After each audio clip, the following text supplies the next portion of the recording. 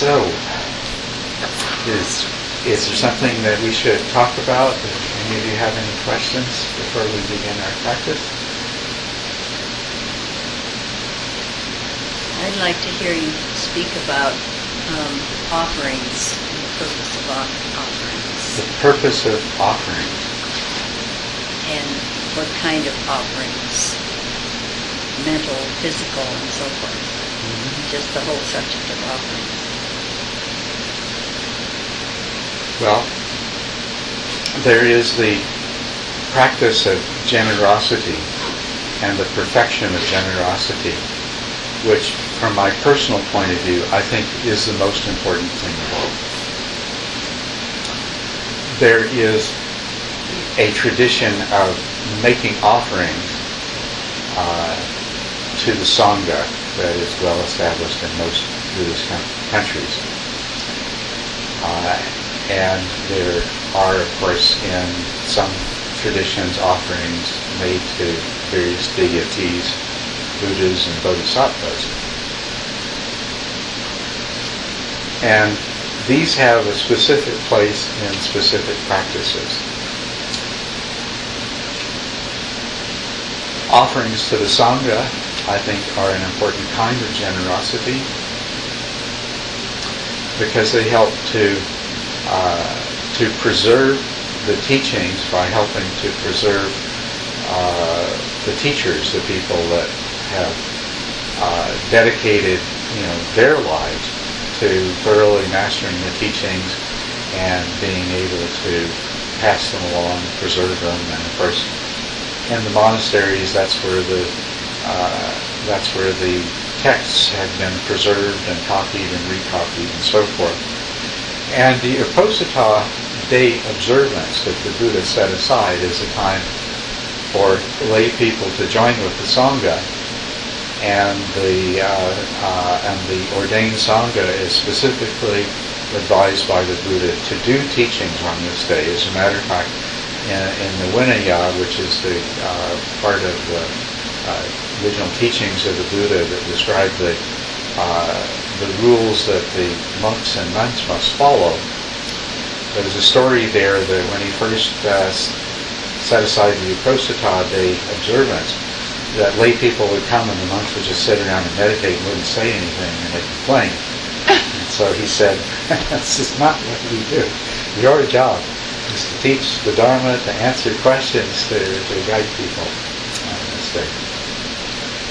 So by supporting the Sangha, that is what has preserved the Buddhist tradition over the 25 centuries, is that lay people have supported the Sangha in various ways, the ordained Sangha. When I say Sangha, the Sangha has three meanings, but the ordained Sangha, and then there is a Sangha at large, which includes all people the entire community of people who are following the Buddhist path.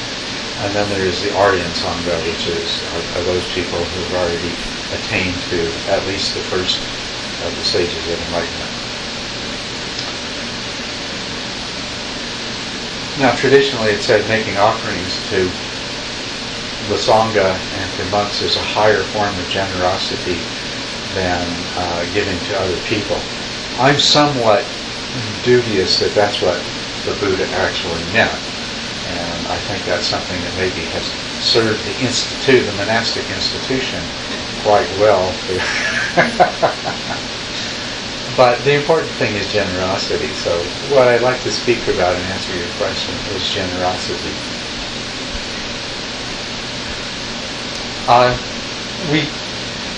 The goal of our practice is to make the necessary changes in ourselves that lead us to awakening, because once we have achieved our own awakening, then we can practice the greatest kind of service to others by teaching and guiding and helping others to come to awakening as well.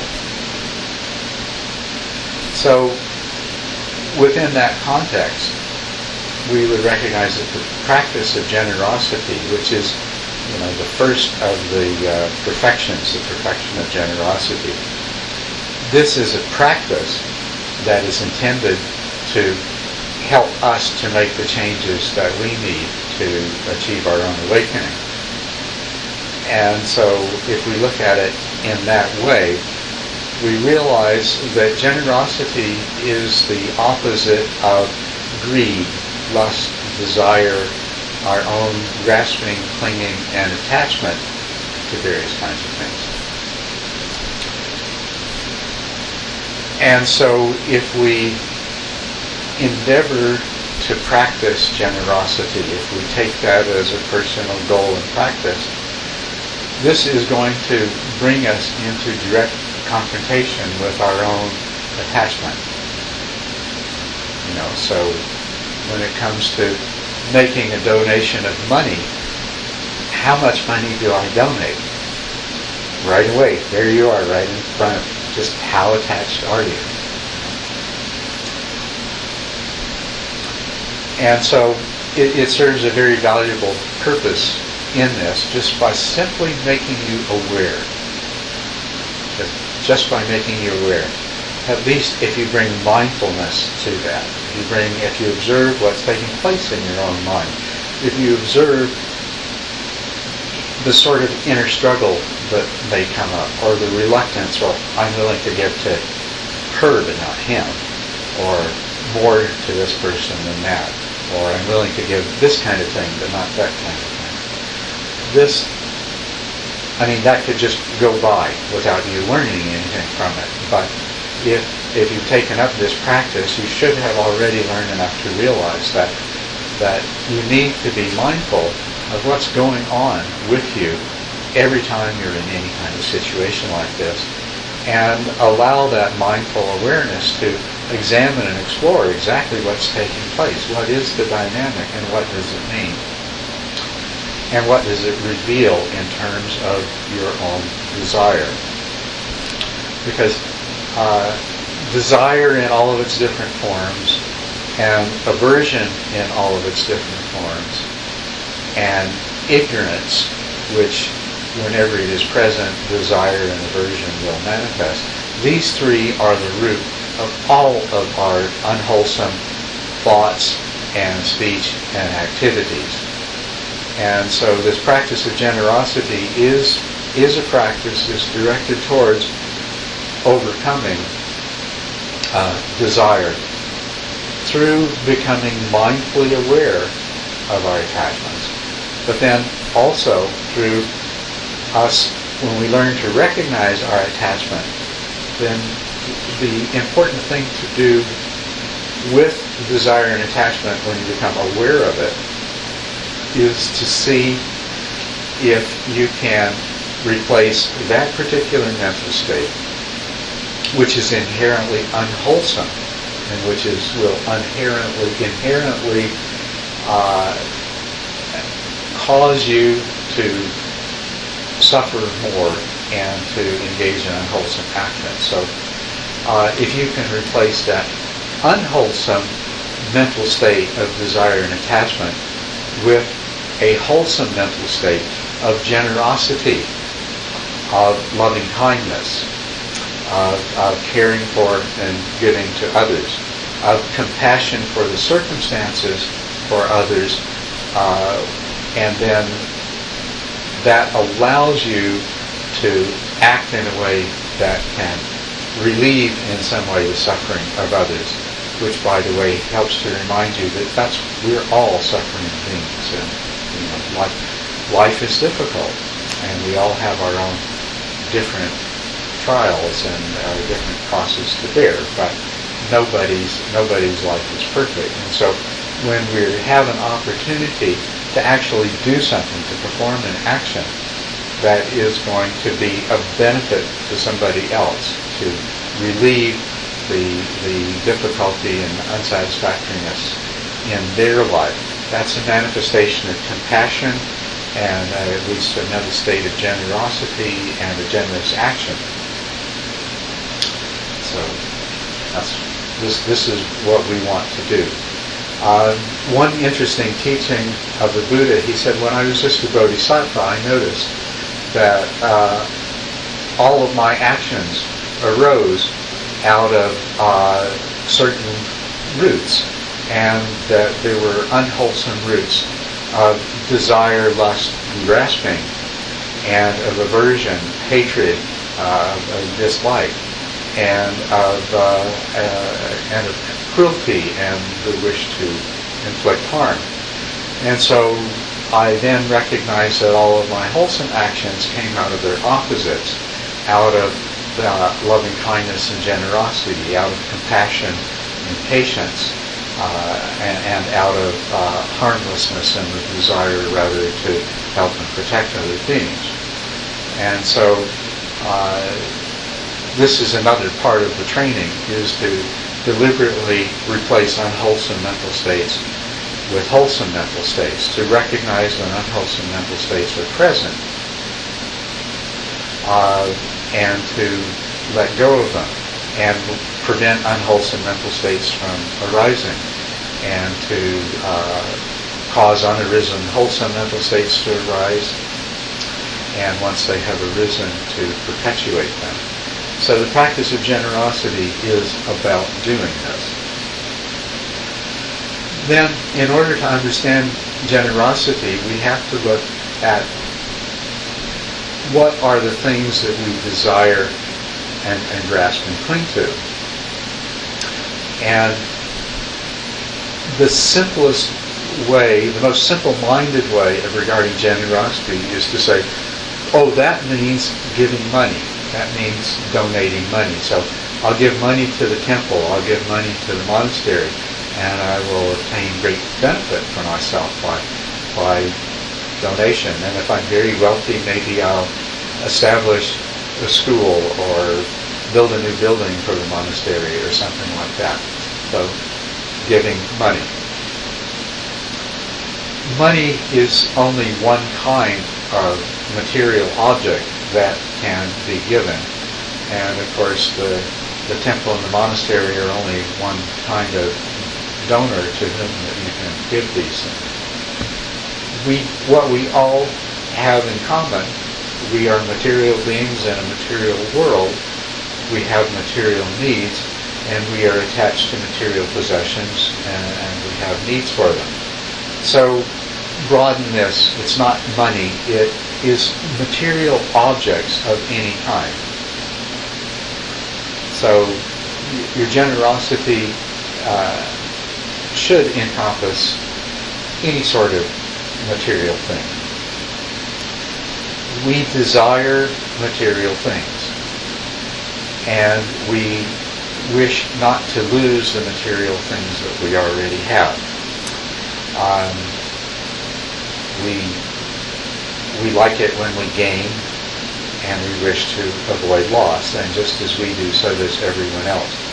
So the practice of generosity with regard to material things allows us to recognize our attachment when it's there, examine in terms of what do we need and what is just arising out of just simple desire out of control desire, exaggerated desire, attachment, and so forth. And when we see somebody else who has needs for this kind of material thing, then we can make that decision that I have this, it's more than I need, I can share this.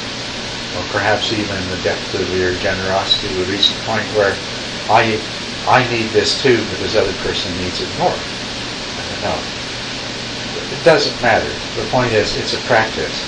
It's a practice you do to learn and transform yourself and change those processes of your mind that are creating problems for you into the kinds of processes that make your life better and happier. That's what the objective is. But it also extends to loss. You don't want to lose things, neither does someone else. So you can even regard protecting other people's property as a practice of generosity as well. But what are the other things? Well, there's not just material things.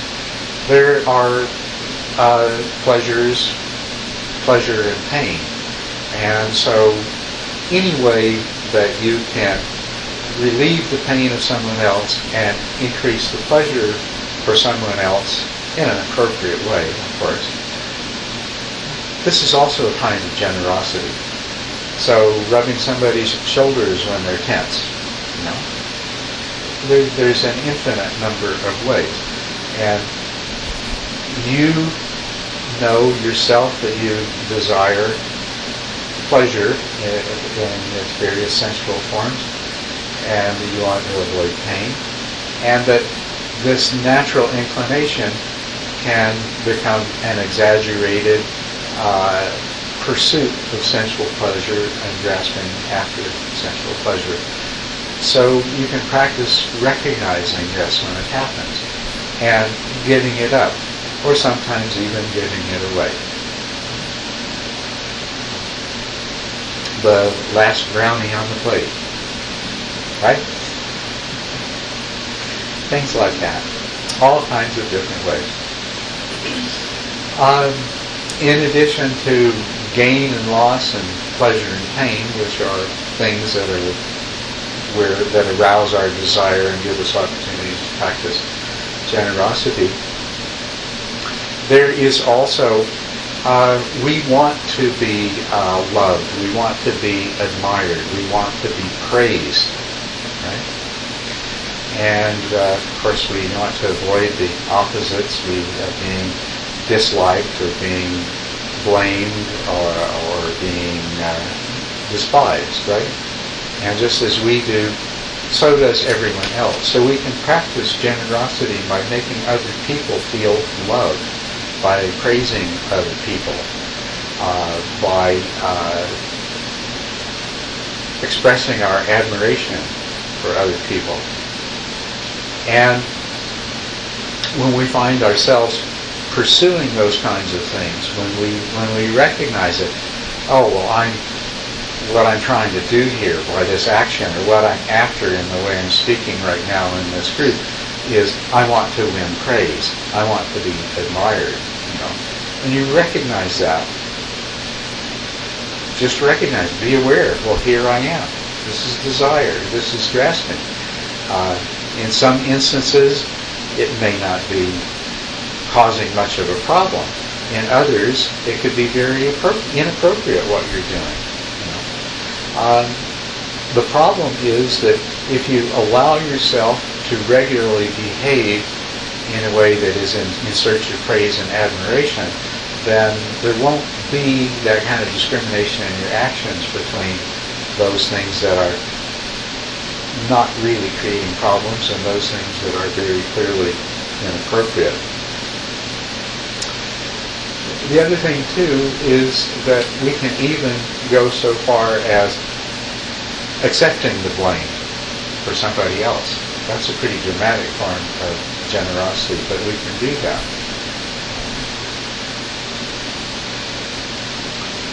But the same principle is there, that you learn to see what your own attachments are, your own clinging, your own desires, and examine them with mindfulness. And to whatever degree that you can try to replace the unwholesome compulsion to gain these things for yourself with the desire instead for the well-being and happiness of others, and let that serve them in whatever way you can. Another thing that we naturally tend to want for ourselves, to the degree that we're able to obtain it, we would like to be famous. We would like to be powerful. We would like to be influential. Right? And this drives some people very, very strongly. People who find themselves in a situation where they actually have power want more power. And everyone, given the opportunity to be famous, is going to be tempted to grasp onto that fame and incorporate that into their idea of themselves and their ego structure. This is very harmful to you. I mean, after all, one of the things that we talk a lot about is the need to overcome our attachment to the ego self. But our desire for fame it's very harmful to us in that regard, because it hugely inflates this sense of self and the attachment to it. So recognize that amongst the things that you are attached to is, or can be attached to, is fame, power, and influence in all its different forms. And of course, the opposites are things that we don't want. You know, we don't want to be infamous. We don't want to be powerless. We don't want to be impotent and have no influence. That's normal. So everyone else is the same.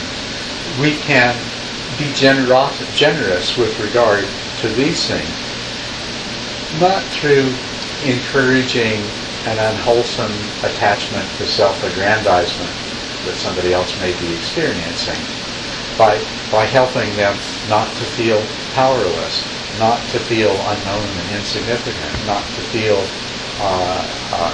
impotent and uninfluential. So we can consciously give up these things in ourselves, but we can also serve other people in a positive way in terms of the needs that they do have. So that's what I would say about generosity, which is where I would go with offering.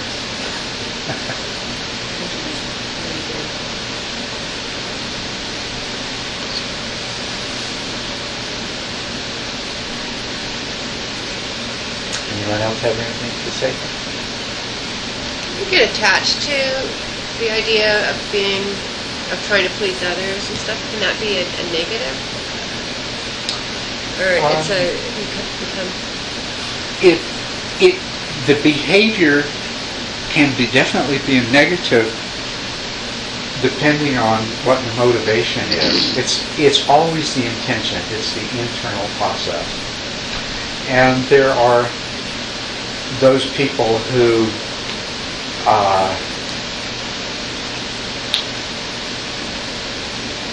they have psychological problems, neurosis, terrible lack of self-esteem, and they're always trying to win the favor of other people in some ways. And that's not healthy, because it's actually, the action itself, they may do things for people that are helpful and serve them, but it's not coming from a place that's good for the person. And they need to deal with their own problems so that they can perform positive actions coming from a positive motivation.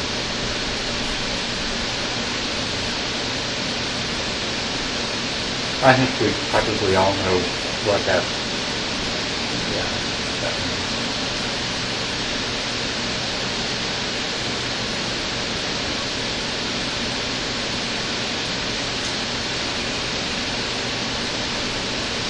Anyone else have anything to say? Any other questions or topics?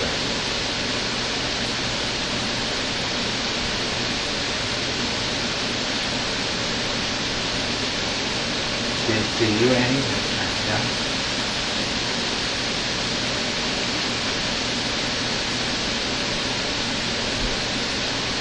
Everyone's meditation practice is going well? Good. The important thing is that you know how to practice and you know what you need to do in terms of whatever kind of experience you're having in your meditation practice. So